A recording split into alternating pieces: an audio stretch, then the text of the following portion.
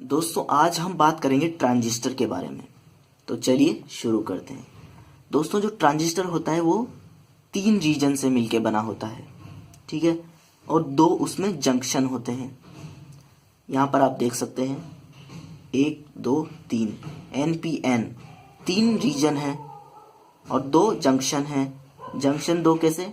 एक N और P के बीच में एक जंक्शन और इस P और इस N के बीच में एक और जंक्शन, यानी कि 2 जंक्शन आपके पास यहाँ पर PN जंक्शन होते हैं, ठीक है। ये 2 टाइप का होता है, NPN और PNP। तो जैसा कि इसके नाम से ही हम समझ सकते हैं, 2 N के बीच में अगर एक P चैनल है, P रीजन है, तो वो ट्रांजिस्टर NPN ट्रांजिस्टर कहलाएगा।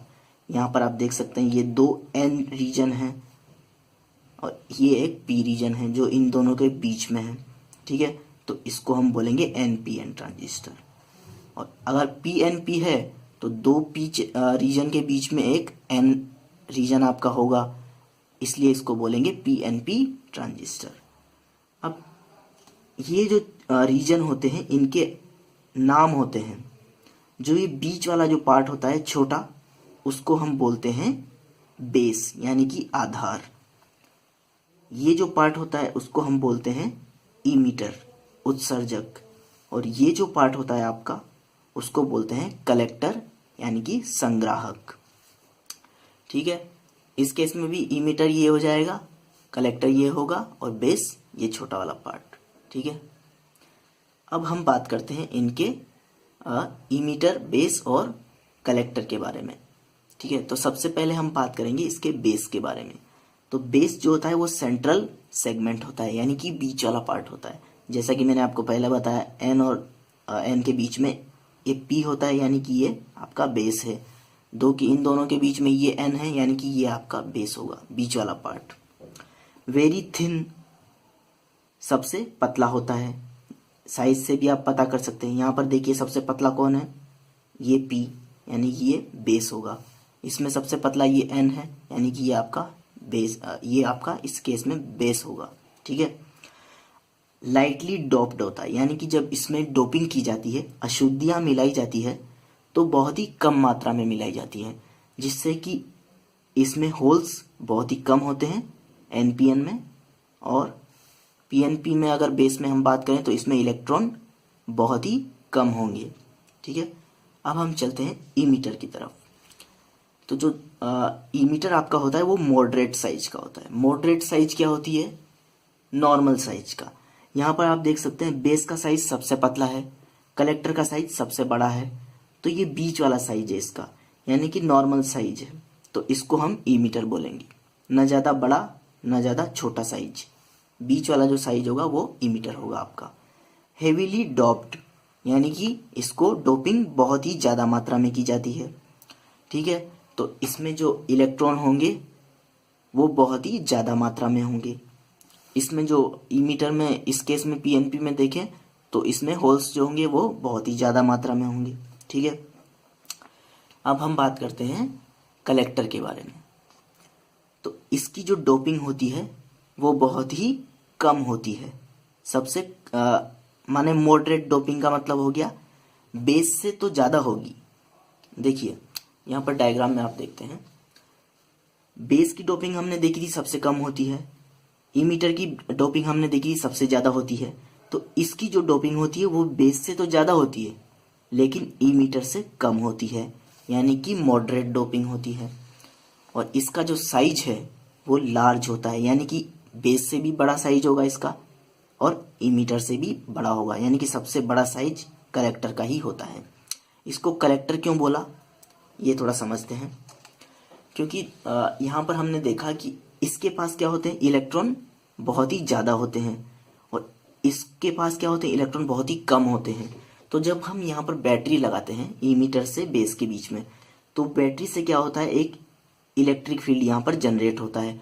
वो क्या करता है कि यहाँ पर जो इलेक्ट्रॉन है ना उनको इधर भेज देता है। तो ये क्या कर रहा है, ये इमिट कर रहा है, चार्ज को, इलेक्ट्रॉन को इमिट कर रहा है, उत्सर्जन कर रहा है। तो इसको इमीटर या उत्सर्जक बोलते हैं। ये क्या कर रहा है, उन चार्ज को कलेक्ट कर रहा है, संग्राहक इसको इसलिए बोलते हैं।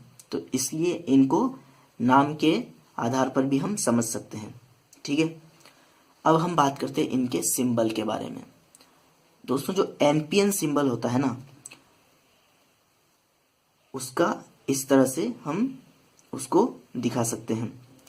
तो इसमें क्या होता है, यहाँ पर बेस होता है, यहाँ पर इमीटर होता है, यहाँ पर कलेक्टर होता है। ठीक है, अब यहाँ पर इसको एनपीएन कैसे बनाएं, क्योंकि दोनों जो ट्रांजिस्टर होते हैं ना, उनका जो सिंबल होता है वो सेम होता है लगभग, बस डिफरेंस इतना सा होता है कि ये करंट की डायरेक्शन है। जैसा कि यहाँ पर आप देख सकते हैं ऊपर जा रही है और इसमें अंदर आ रही है। ठीक है, इसी से इनको पहचाना जाता है, करंट की डायरेक्शन से। ठीक है, और ये करंट की डायरेक्शन आपको ध्यान रखनी है, ई मीटर वाली साइड पे होती है।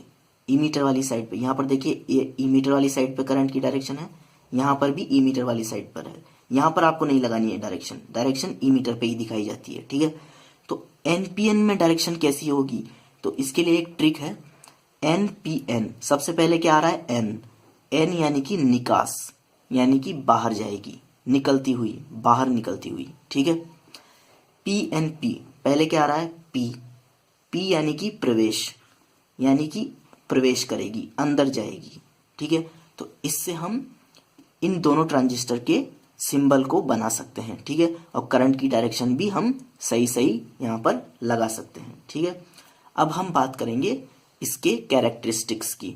तो दोस्तों इसके कैरेक्टरिस्टिक्स का क्या मतलब होगा, कैरेक्टरिस्टिक्स का मतलब हुआ कि इसमें अगर हम वोल्टेज अप्लाई करें, यहाँ पर बेस, ई मीटर और कहीं भी, ठीक है, तो जो आपका वोल्टेज और करंट के बीच में कुछ ग्राफ आएगा, वही आपकी कैरेक्टरिस्टिक्स होती है। ठीक है, तो यहाँ पर मुझे 4 टर्मिनल चाहिए होंगे, क्योंकि 2 इनपुट के लिए और 2 आउटपुट के लिए, लेकिन यहाँ पर तो मेरे पास 3 ही टर्मिनल अवेलेबल हैं, बेस, इमीटर और कलेक्टर।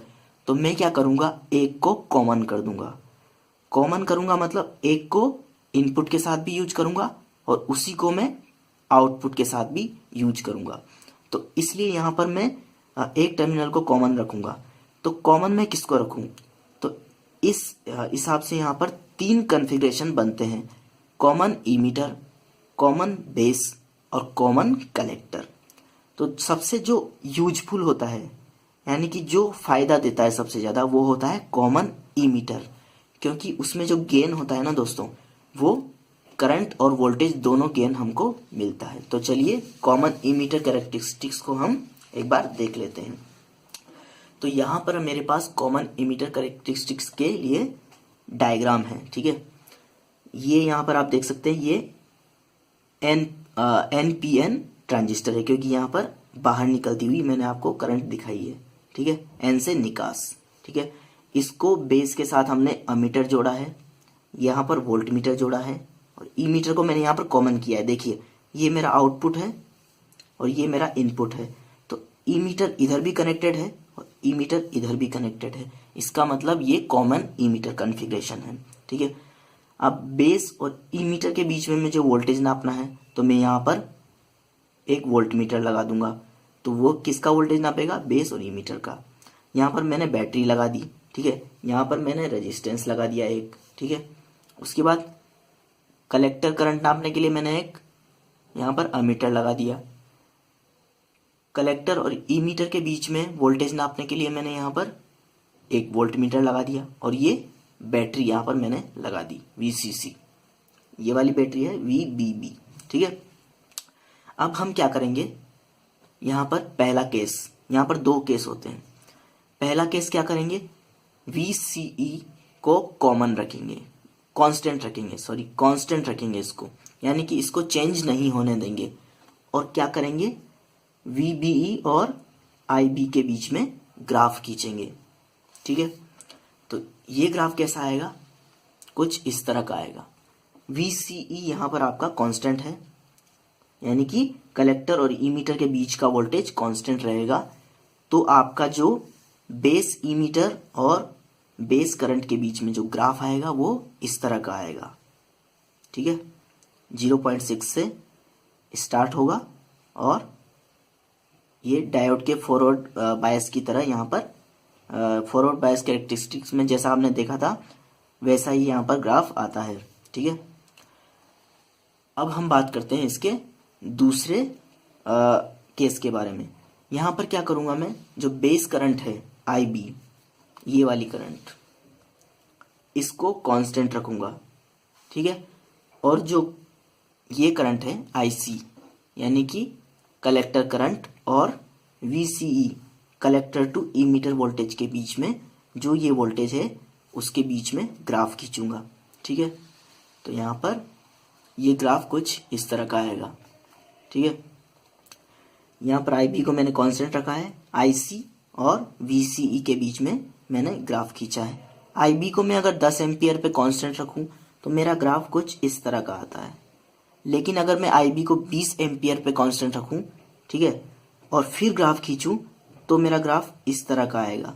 ठीक है, तो इस तरह से अगर मैं IB को बढ़ा रहा हूँ, यानी कि 30 एम्पियर अगर मैं उसको कर दूं और उस कांस्टेंट 30 एम्पियर पे अगर मैं VCE और IC के बीच में ग्राफ खींचूं तो वो इस तरह का आएगा। ठीक है, तो इसी को बोलते हैं जो कॉमन इमीटर की कैरेक्टरिस्टिक्स। ठीक है, तो इस ट्रांजिस्टर के इस ट्यूटोरियल में फिलहाल इतना ही। Thanks for watching this video.